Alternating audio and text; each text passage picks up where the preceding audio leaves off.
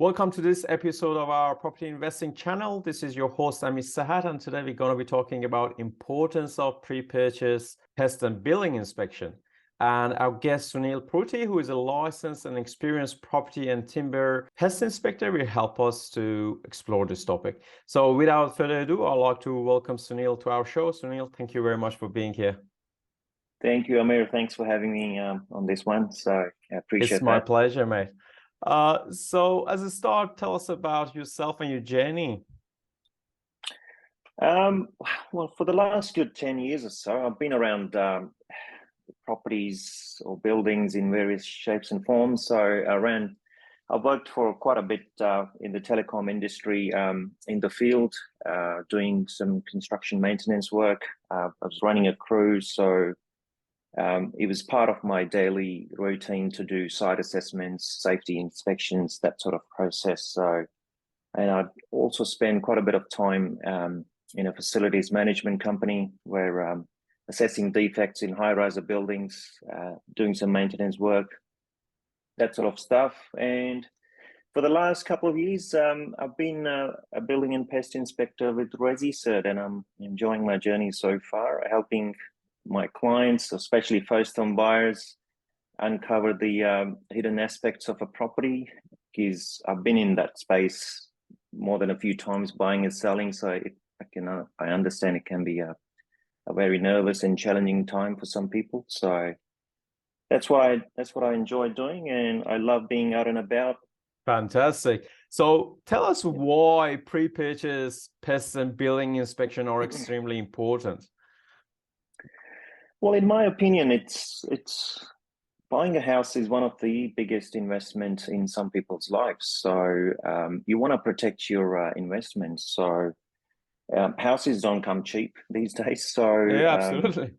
And when people go and look at a property, they look at from a different point of view. Everything is looking fancy. The house has, furnishing here and there, some nice touch. But how do you know what's hiding behind those walls or up in the Mm, roof space or where people can't just even access? So um, I think it's important to put the emotional side, put away and have someone independent to have a look at the property from a different point of view. So you don't just fully get emotionally attached, and later down the track you might be frustrated or disappointed, and that's where a good building and pest inspection can be really helpful, I believe. absolutely. You've mentioned lots of important points. First was emotional, looking at a thing, and then seeing things with different view. And that is very important because whenever purchaser go to buy something, they can easily get emotional about it, and especially with the way that agents design the house, and the Yeah, lighting, and everything is beautiful, and everything in its perfect shape. It is very easy to lose our objective, and that is exactly. buying a house that is safe and secure. After you turn off all those lights and you remove the Yeah, furniture, it completely look different, but the problem don't go away. So it is very important to uncover them without getting distracted by the lighting and those furniture. And the way you look, you don't get distracted at all. You have a system, you have a process that you're trying to basically find the problems, and that is exactly why a yeah. person who is getting emotionally attached to something cannot basically see that way. Yeah, absolutely. Yeah. When people look at the houses, that you hardly get to spend any time. Like you may visit twice, what, 10, 15 minutes each time. But the way I look at it is more people spend more time buying a car than they spend, buying a house. So It is interesting fact, actually. And yeah, what's especially home buyers, what are they talking about? They're talking about the layouts, the yeah, size of the bedrooms, oh, how beautiful the kitchen is, wow, the tiling in the bathroom.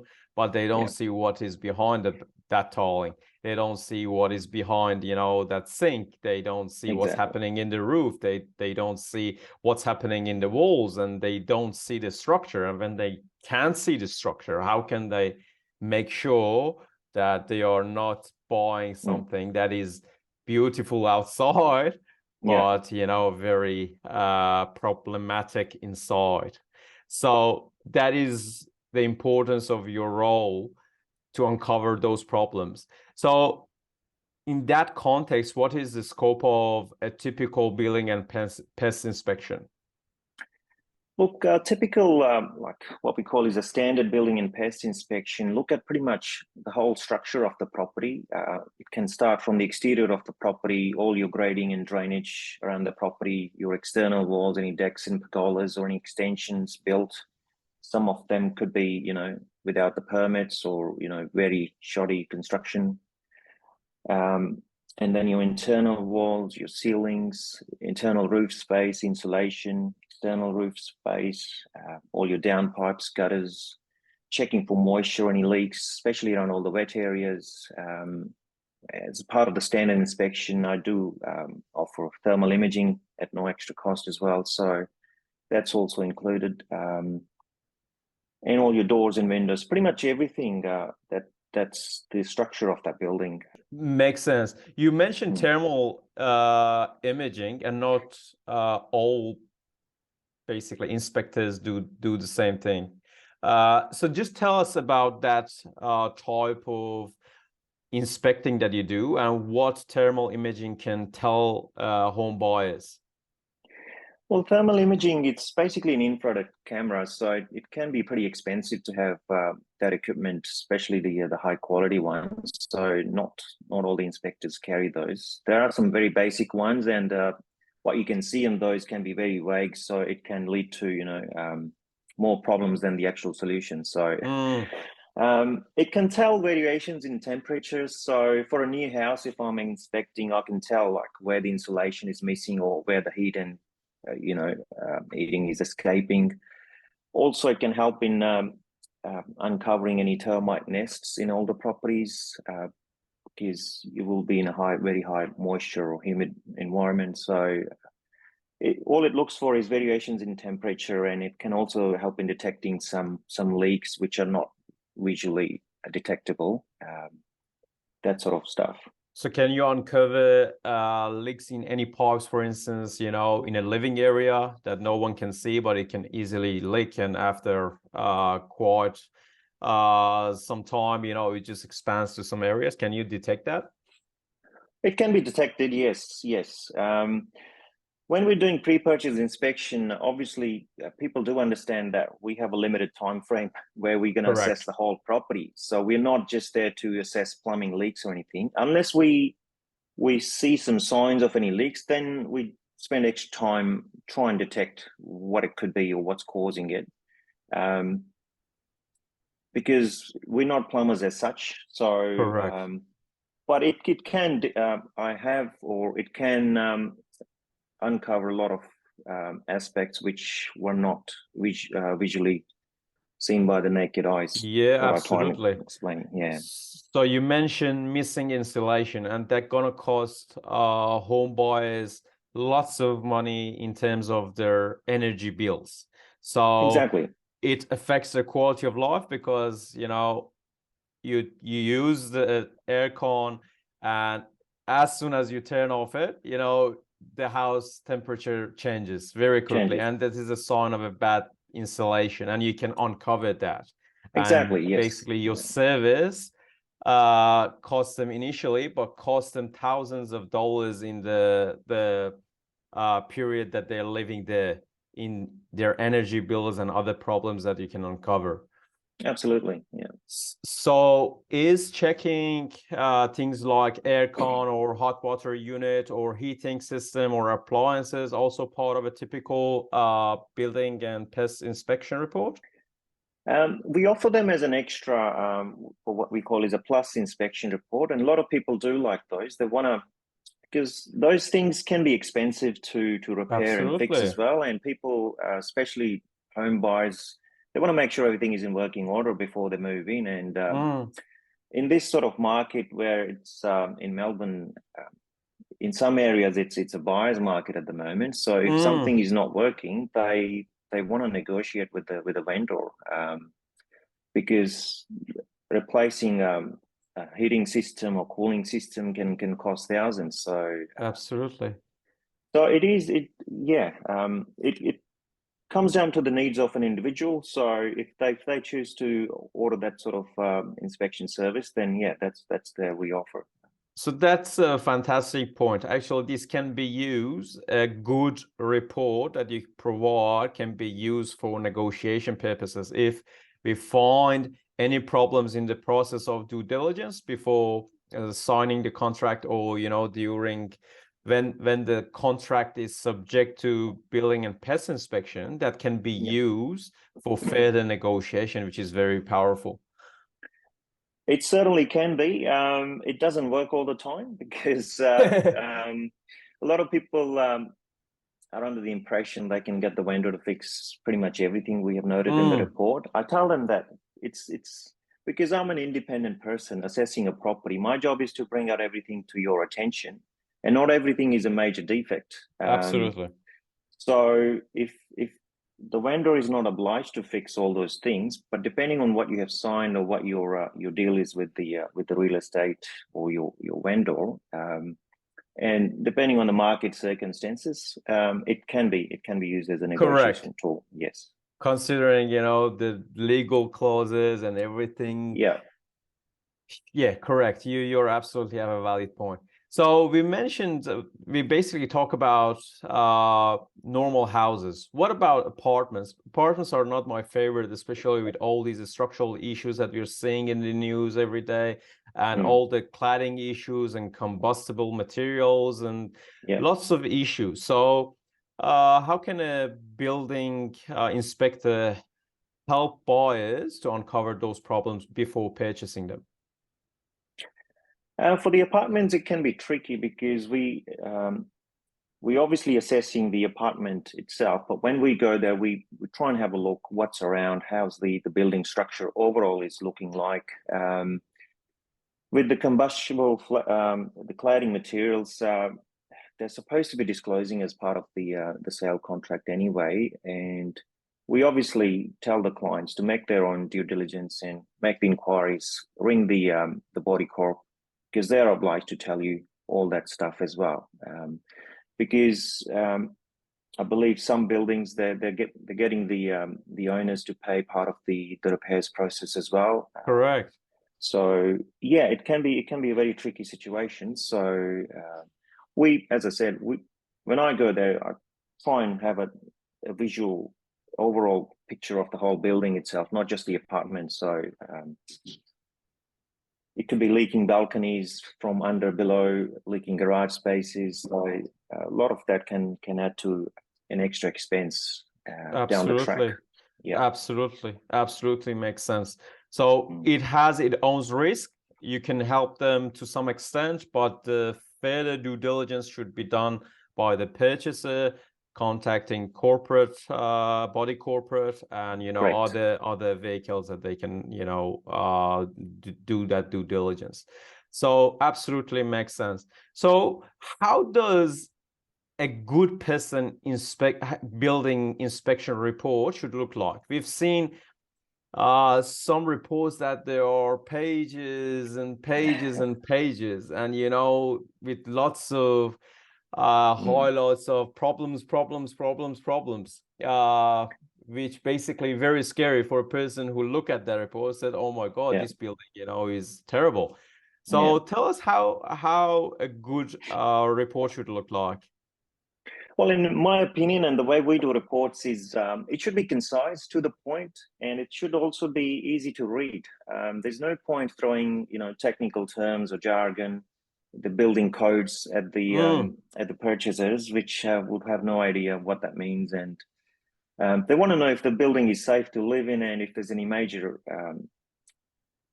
expenses coming their way or any major repairs that are required immediately or down the track. So it should A good building report should be concise, as I said earlier. It should not throw lots and lots of pictures at their clients. It shouldn't be 200 pages long. And it should have, non-technical language. At the same time, it should bring all the issues to the buyer's attention. But the way we explain things is anything can be explained in a few different ways. So if Correct. something can be fixed easily or without much cost, there's no point scaring the client, because some clients can be easily scared over little things. The other day I had an inspection done. It was only like 5 or 6 year old property, which was in a super good condition, excellent condition. There was hardly anything to mention in the property until I went into the roof space where the roof trusses were cracked in a couple of spots. So that is itself is a structural issue, but is it something that can't be easily fixed? No, it can be fixed. And should the client be overly concerned about those? No, as long as it gets sorted, they're fine to move in. But it's good that they discovered it while inspecting, but because otherwise the client would have no idea. They wouldn't go in the roof to check all that stuff. Absolutely. They wouldn't know what they're looking for, but it could have led to more issues down the track. So these clients ended up buying the property because the property was still under a builder's warranty. So the vendor got it sorted from the builder, and they sent me the photos afterwards as well. So everybody's happy. Absolutely. Yeah, the client could have been easily scared. He was the first home buyer. So I just told him, yeah, it's nothing to worry about. As long as it's getting sorted, that's all you need. Absolutely. So, yeah. So it is all about actually uncovering the problems and making an informed decision. We can find a problem, but it doesn't mean that if we find a problem, it's a bad property. So some problem can fix very easily at a very cheap cost, and there is nothing to worry about. But, you know, making an informed decision requires knowing the problems, and that is where someone with your role come into place, which is absolutely essential. So some people said we are very careful and we inspect everything and we do a good job ourselves, so we don't need a building inspector. What is your response to these people? Look, no disrespect to anyone. I get that some people have a good eye for detail, depending on what they have done or what their experience is. But again, it all comes down to what level or to what extent they can inspect, because not many people are comfortable, or even the agents are comfortable letting people coming in with the ladders, jumping up and down in the roof space. Because those people won't have insurance. What if something happens, or what if they break something? So they can only see what they can see visually of the interior or exterior of the house. I've had people very overly concerned about moisture stains in the ceiling space, some previous damage and whatnot. But after the inspection, they were fine, because all those issues have been rectified already. The source of leaks have been fixed up. So it's just cosmetic defects that at that time there was no active moisture detected where they thought it could be worse. But so that's where they can see things, but they can't then go beyond that. So yeah, if somebody's trying to assess their property themselves, they can be easily scared, oh, this property has moisture damage here, there. They may not buy the property, where those things could have been just, purely cosmetic. Absolutely. Nothing to be worried about. So two issues. First, the way they see things is different from a trained person like yourself, an experienced person like yourself. So they might miss it, first of all. Yeah. And if they see it, if they spot the problem, they are not in a position to analyze the severity and, the cost consequence. So they can easily scared of a cosmetic problem, which is nothing, basically can be fixed with $5 of painting and, that's it. But sometimes they might interpret a problem as cosmetic, which the root cause is a significant thing. That's true. It can go either way. Yeah. Exactly, exactly. So you mentioned you use thermal imaging cameras. What other type of equipments do you use that normal people don't have? And a moisture meter is our main tool. It's the physical device where we can it assesses the moisture content in the wood or plasterboard or brickwork. So that's a very handy tool that tells us because moisture conditions can attract termites. So it's in our reports we tell people to rectify the cause of that moisture to prevent any termite activity in that area, or if there's any leaks around. So that can help detecting the leaks as well. The other tools that we use is as a pest inspector is a donga, which is a physical tool where we go and tap all the timber around the property and listen and feel the hollow sound of any timber. So if termites have attacked the property, sometimes you can't visually see that damage because they chew the timber from inside out. And it could be just a flaky paint left on that the wood material Mm-hmm. where it's in from inside, it's all eaten out. So those are the two main tools apart from the thermal imaging camera that we use every day. So the consequence of not using a building and pest inspection report is significant. People try to save hundreds of dollars, few $100 by not using a service, but at the end of the day, it can cost them thousands of dollars, even hundreds of thousands. If they buy something that has termite issue, the whole structure can get affected, and fixing that is not easy. It costs hundreds of thousands, and it's just the risk is so big Yeah. that it cannot be neglected. It cannot be ignored. Yeah, absolutely. There's limitations to what you can see visually. So Absolutely.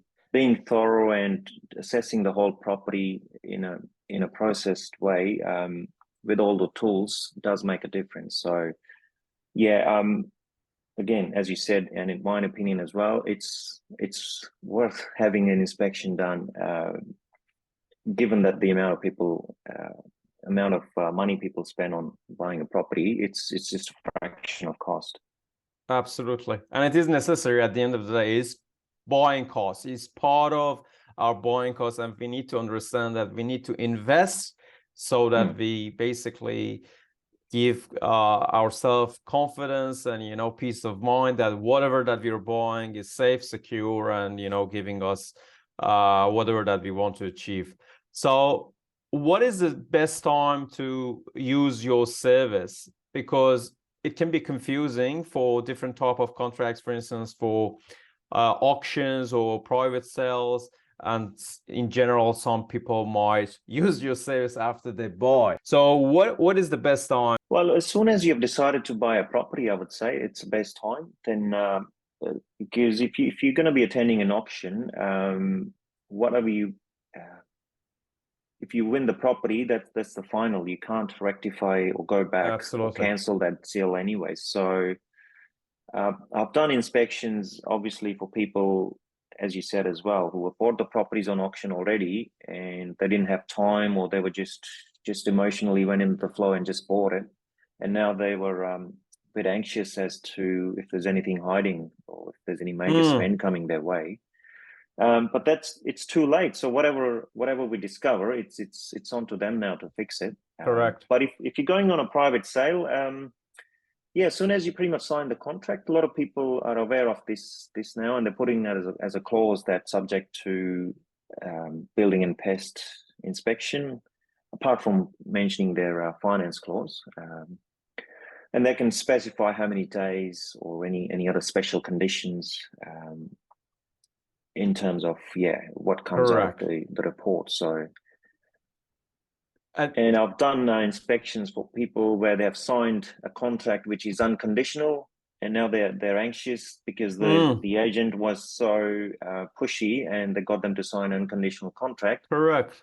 And And I had this client the other day. She was still very anxious as to how it all went through, but they still had obviously 3-day cooling off period. So she got me in that time period. So there was a bit of an argument between the agent and the client, as to the agent was saying, "Oh, you didn't mention that you were going to get a building inspection done." And she's like, "Otherwise, I'm going to pull off within my 3-day cooling off period." So there are lots of games that we've seen in real estate, and that is one of them.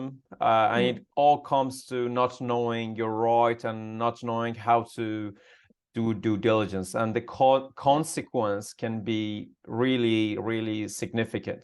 That cooling off period even cannot be a good shelter for those problems, because sometimes that 3 days is basically after you sign the contract. So they can easily keep the contract for a few days, and before vendors sign the contract, and when the vendor signs the contract, basically 3 days is over, and that's it. You're unconditional if you don't have those clauses. So that can be very tricky. Lots of legal knowledge is required. Legal due diligence is very important. We discussed this in another podcast, and that was exactly came up about that 3 days cooling period, and how important all these things are, and all the buyers need to be aware of them. Otherwise, they can put themselves in a position that no one wants to be in, that position, buying a property that has lots of issues and they cannot pull out. So very, very risky, and very, very easy to avoid if we just know how to do and know when to engage professionals in the right time. So very, very good points, Sunil, that you mentioned. Appreciate all the information that you shared with us today. So how can people find you? How can people find me? Through ResiCert website, or give me a call. My number is on the website, so I don't know. Or contact you. Absolutely. I'll be happy to direct people to you, but I'm sure that you have a good website, as I've already seen it, and they can contact you anytime and use your service. So thank you very much for being here today and sharing your knowledge and experience with us. Really appreciate it. Thank you for having me, Amir. It was really my a pleasure pleasure to chat with. Thank you. My pleasure. So if you've liked what you've heard today, please like our channel and leave us a comment. And on that note, this episode is a wrap. We'll see you guys again very soon. Bye for now.